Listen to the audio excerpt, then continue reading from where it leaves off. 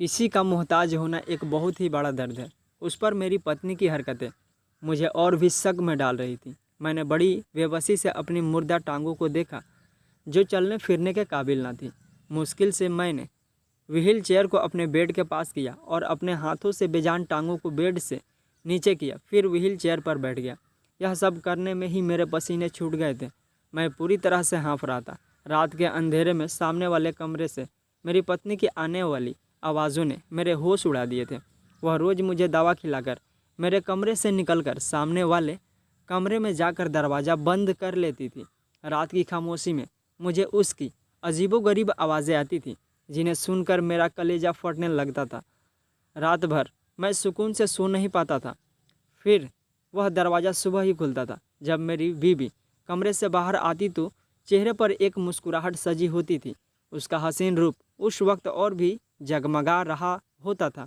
उसके गीले बाल देखकर मेरी जान निकलने लगती थी। जब मैं पूछता, तुम रात को मेरे साथ क्यों नहीं सोई, उठकर क्यों चली जाती हो, तो वह कोई जवाब न देती। बस एक अजीब सी मुस्कान के साथ मेरे बेजान पैरों पर नज़र डालती, जैसे वह कह रही हो, तुम एक अपाहिज मर्द मुझे दे ही क्या सकते हो। वह मुझसे कुछ नहीं कहती थी, पर उसकी चुप्पी मुझे अंदर ही अंदर मार रही थी। पूरा दिन वह मेरा ख्याल रखती थी, मुझे अपने हाथ से खाना खिलाती थी, लेकिन रात को खूबसूरत साड़ी पहनकर अच्छे से तैयार होती और दूसरे कमरे में जाकर दरवाज़ा बंद कर लेती। रात भर की तकलीफ़ मेरे लिए जानलेवा थी। औरत का सजना संवरना बेमायने नहीं होता। एक बार खाना खाते वक्त मैंने उसका हाथ पकड़ लिया और कहा, मुस्कान, तुम रात को मेरे पास ही रहोगी, मुझे छोड़कर कहीं नहीं जाओगी। मुझे तुम्हारे बिना नींद नहीं आती। तुम तो जानती हो मैं तुमसे कितना मोहब्बत करता हूँ। देखना, बहुत जल्द मैं अपने पैरों पर खड़ा हो जाऊँगा, चलने फिरने लगूँगा। मेरी आंखें बेबसी के मारे गीली हो गई। यह मेरी बेबसी की आखिरी हद थी। जो तकलीफ़ और दर्द में रातों को सह रहा था वह अब मुझसे बर्दाश्त नहीं हो रहा था। मैं क्या, कोई भी मर्द यह बर्दाश्त नहीं कर सकता कि उसकी पत्नी सज धज कर दूसरे कमरे में चली जाए और उसे अकेला छोड़ दे। उसने मेरे हाथ से अपना हाथ छुड़ाया, फिर खाना उठाकर मेरे पास से चली गई। मैं व्हील चेयर से चलता हुआ कमरे से बाहर निकल गया। वह किचन में थी, खाने के बर्तन धो रही थी। मैं उसके पीछे आ गया। मैंने कहा, डॉक्टर मुझे उम्मीद दिला रहे हैं कि मैं चलने लगूंगा, मेरी टांगें फिर से ठीक हो जाएंगी। फिर हम दोनों दोबारा से अपनी ज़िंदगी। मेरी बात पर एक कांच का गिलास जोर से मुस्कान ने ज़मीन पर गिरा दिया था। वह गुस्से में मेरी व्हील चेयर पकड़कर मुझे बाहर गैलरी में ले गई। 8वीं मंजिल से नीचे देखते हुए भी डर महसूस हो रहा था। कहने लगी, तुम यूं ही मोहताज और अपाहिज ही अच्छे लगते हो, समझे। अगर तुमने अपने ठीक होने की बात की तो यहाँ से नीचे फेंक दूंगी। भगवान करे तुम कभी ठीक ना हो, ऐसे ही रहो बेबस और दूसरों के सहारे ज़िंदगी गुजारो। वह बड़े गुस्से और कहर भरी नज़रों से मुझे देख रही थी। उसकी आंखों में इतनी नफरत भरी हुई थी कि एक पल के लिए मैं सहम गया था। गैलरी की दीवारें ज़्यादा ऊंची नहीं थीं, वह मुझे आगे कर चुकी थी। नीचे का मंजर देखकर मेरी जान निकली जा रही थी। उसकी आंखें उस समय ना जाने किस जज्बे से लाल हो रही थीं। वह गुस्से से लंबे लंबे सांस भर रही थी। फिर मेरी व्हील चेयर को पीछे कर दिया, मुझे मेरे कमरे में ले आई, मुझे बेड पर सहारा देकर लिटा दिया और दवा खिलाकर मेरे कमरे का दरवाज़ा पूरा खोलकर सामने वाले कमरे में चली गई। जोर से उस दरवाजे को बंद कर दिया जिस कमरे में वह आजकल रहने लगी थी। उस कमरे का एक दरवाज़ा बाहर की तरफ भी खुलता था। जिस तरह की आवाज़ें उसके कमरे से आती थी वह सुनकर मैं मौत की तरफ जा रहा था। मुझे अपनी बेजान टांगों पर अब गुस्सा आने लगा था। मैंने बेबसी से अपनी टांगों पर मुक्का मारने शुरू कर दिए। अगर मैं ठीक होता तो जान से मार डालता उस आदमी को जिसके साथ मेरी पत्नी हंस हंस कर बातें कर रही थी। उस बंद कमरे में और भी ना जाने क्या क्या कर रहे थे। जब एक मर्द और औरत कमरे में तन्हा होते हैं तो इससे आगे का ख्याल सोचकर ही मेरी रूह कांप जाती थी। लेकिन मैं मजबूर था। एक बार मैंने ठान लिया कि आज उस आदमी को छोड़ूंगा नहीं। इसलिए बड़ी मुश्किल से मैं व्हील चेयर पर बैठा और साइड टेबल से पिस्टल निकाली, फिर कमरे से बाहर निकल गया। सामने कमरे से अभी भी हंसने और बातें करने की आवाज़ें आ रही थी। मैंने कमरे की होल से झाँक कर देखा। जो मंजर मेरी आंखों ने देखा उससे मेरे होश उड़ गए थे। मैंने गुस्से से दरवाज़ा पीटना शुरू कर दिया। जैसे ही दरवाज़ा खुला, सामने खड़े आदमी को देखकर मेरे हाथ में पकड़ी पिस्टल गिर चुकी थी, क्योंकि सामने तो मेरा ही। यह कहानी अब यहाँ से शुरू होती है। वह अपने होश उड़ाने वाला हुस्न लिए मेरे सामने बैठी थी, मुझे उलझी हुई नज़रों से देख रही थी। फिर उसने कांपते हाथों से पेपर पर साइन कर दिया। मेरे चेहरे पर भरपूर मुस्कुराहट छा गई थी। मैं समझा कि मैंने फिर एक नाजुक सी कली को खरीद लिया है। उसे भी 4 दिन अपने कमरे की शोभा बनाऊंगा और फिर किसी फालतू चीज़ की तरफ फेंक दूंगा। मुस्कान के साथ मेरी शादी पहली शादी थी। इससे पहले जितनी भी लड़कियां का मैंने इस्तेमाल किया था, बिना शादी के ही उनके साथ रातें रंगीन करता था। जब मन भर जाता तो उन्हें छोड़ देता था, लेकिन मुस्कान से शादी मुस्कान की शर्त थी। जब उसने मेरी शर्त मानी तो मजबूरी में मैंने भी उसकी शर्त मान ली थी। मेरे लिए औरत शायद इतनी ही अहम थी कि जिसके साथ कुछ दिन या कुछ महीने गुजार सकूं, मगर मैं नहीं जानता था कि मुस्कान किस आफत का नाम है। वह कोई आम लड़की ना थी, बहुत बड़ी बाला थी। हाँ, वह एक बाला ही थी जो मुझे निगल गई। मैंने बड़ी मुश्किल से मुस्कान के साइन किए हुए शादी के पेपर्स उठाए और अपना भी साइन कर दिया। मेरे ऑफिस के कमरे में तीसरी कुर्सी पर वकील भी बैठा हुआ था। उन्होंने बाकी की कार्रवाई पूरी की थी। अब वह हसीन लड़की मुस्कान खतरी से मुस्कान डोगरा बन गई थी। विकास डोगरा की पत्नी बन चुकी थी, लेकिन बस कुछ ही महीनों के लिए। जब तक मेरा उससे दिल नहीं भर जाता, मैंने एक गिरी सी नज़र मुस्कान पर डाली थी। वह सिर्फ मेरा दिल बहलाने के लिए थी। उसने जल्दी से वह 20 लाख का चेक उठाया और मेरे ऑफिस से बाहर जाने लगी, लेकिन मेरी पुकार पर उसके कदम रुक गए थे। मैंने कहा, मुस्कान, यह चेक मेरा ड्राइवर अस्पताल पहुंचा देगा।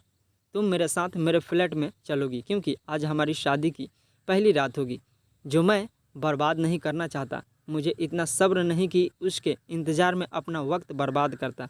उसने पलटकर मुझे तड़प कर देखा और कहने लगी, मेरा बाप जख्मी हालत में अस्पताल में पड़ा है।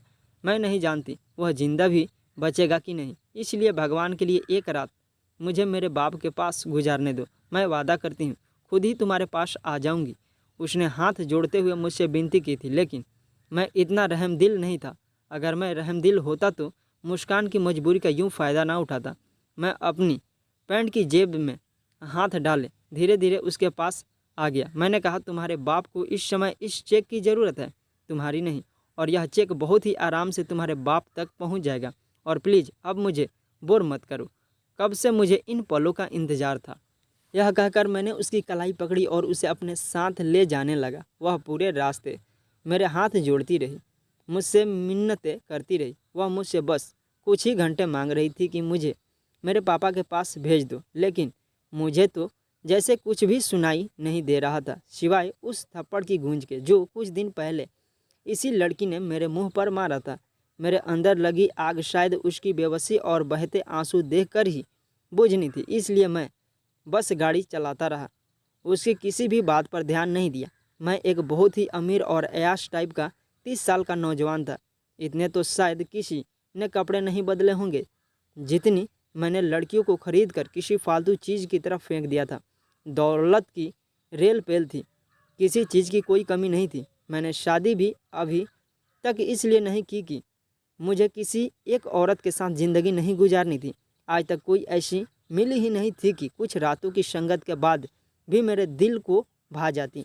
मैं मुस्कान को उसकी कलाई से खींचता हुआ अपने फ्लैट पर ले आया। फ्लैट का दरवाज़ा खोलकर मैं उसे घसीटता हुआ अंदर कमरे तक ले आया और उसे बेड पर धक्का दे दिया। वह आंसू बहा रही थी। मैंने कहा, 20 लाख दिए हैं ना, नहीं मरेगा तुम्हारा वह बीमार और बूढ़ा बाप, इसलिए यह रोना धोना बंद करो। और फिर अलमारी से निकाल कर उसे वही गाउन दिया जो कुछ दिन पहले मैंने उसे दिया था। बदले में उस गरीब घराने की लड़की ने मेरे मुंह पर गाउन दे मारा और मेरे मुंह पर थप्पड़ मारकर मुझे अपनी शराफत की बात करके चली गई थी कि मैं उन लड़कियों में से नहीं हूँ जो पैसों की खातिर इज्जत बेच देती हैं। और आज मैंने उसे उसी मकाम पर लाकर खड़ा कर दिया था, सिर्फ 20 लाख के बदले। वह उस समय मेरी खरीदी गुलाम बन चुकी थी। जब तक कि मेरा दिल भरता मैं उसका इस्तेमाल करता, और जब मेरा दिल उससे भर जाता मैं उसे दूध में पड़ी मक्खी की तरह निकाल सकता था। हालांकि कुछ दिन पहले भी मैंने उसे 20 लाख का ही चेक दिया था, और वजह उसका बेपनाह हुस्न। जिसने मेरे होश हवास उड़ा के रख दिए थे। मैंने उसके हुस्न की कीमत पहले भी इतनी ही लगाई थी, लेकिन बदले में उसने मुझे थप्पड़ मार दिया था। मैं चाहता तो उसी रात उसे ज़बरदस्ती अगवा करके भी अपने दिल में लगी आग को शांत कर सकता था, लेकिन नहीं, मुझे उस बेबस और मजबूर लड़की की बेबसी को देखना था। मैं चाहता था कि वह खुद मेरे पास रोते हुए, मदद मांगते हुए यहाँ आए, मेरे सामने हाथ जोड़कर रोए, गिड़गिड़ाए, तब जाकर मेरे दिल को सुकून मिलता। फिर ऐसा ही हुआ। वह आज मेरे सामने उसी गाउन में मौजूद थी जिसमें मैं उसे देखना चाहता था। नेट का खूबसूरत सा गाउन उसके बदन की खूबसूरती को झलका कर बाहर ला रहा था। वह अपने आप को छुपाने की कोशिश कर रही थी और उसकी यह हरकत देखकर मेरे लबों पर मुस्कुराहट फैल रही थी। मैंने कहा, अब कोई फ़ायदा नहीं है खुद को मुझसे छुपाने की। अब तुम मेरी बन चुकी हो और मैं तुम्हारे साथ वह सब कुछ कर सकता हूँ जो मेरा दिल चाहेगा। मेरे कहने पर वह तड़प उठी, कहने लगी, नफ़रत है मुझे तुम जैसे अमीर बिगड़े हुए लड़कों से। तुमने सिर्फ मेरा शरीर पाया है, लेकिन मेरे दिल में तुम्हारे लिए सिर्फ नफ़रत भरी है। मैं अपने बाप की जान बचाने की खातिर खुद को तुम्हारे हाथों बेच चुकी हूँ, या यूँ कहो, मैंने अपनी ज़िंदगी अपने बाप की खातिर दाव पर लगा दी है। उसकी इतनी नफ़रत भरी बातें सुनकर मेरे शरीर में आग सी दौड़ गई थी। मैंने कशक उसे अपनी बाहों के शिकंजे में जकड़ा था, इतनी ज़ोर से कि उसकी सिसकी निकल गई थी। मैंने कहा, मुझे कोई फ़र्क नहीं पड़ता, तुम मुझसे चाहे जितनी भी नफ़रत करो, लेकिन कुछ दिन या फिर यूँ कहो कुछ महीनों तो मैं तुमसे खूब ढेर सारा प्यार करूँगा और अपने 20 लाख की कीमत वसूल करूँगा। उसके बाद तुम मुझसे आज़ाद हो। यह कहकर मैंने उसके खूबसूरत से बदन को चूम लिया था। उसके बाद मैंने यह सब कुछ पा लिया जिसकी मुझे जिद थी। मुस्कान मेरे पापा के ऑफिस में काम करने वाली एक छोटी सी वर्कर थी जिसकी तनख्वाह भी बहुत कम थी। एक बार मैं किसी काम की वजह से अपने पापा के ऑफिस में गया और उसने कुछ डॉक्यूमेंट साइन करवा कर उनके कमरे से बाहर निकल गया।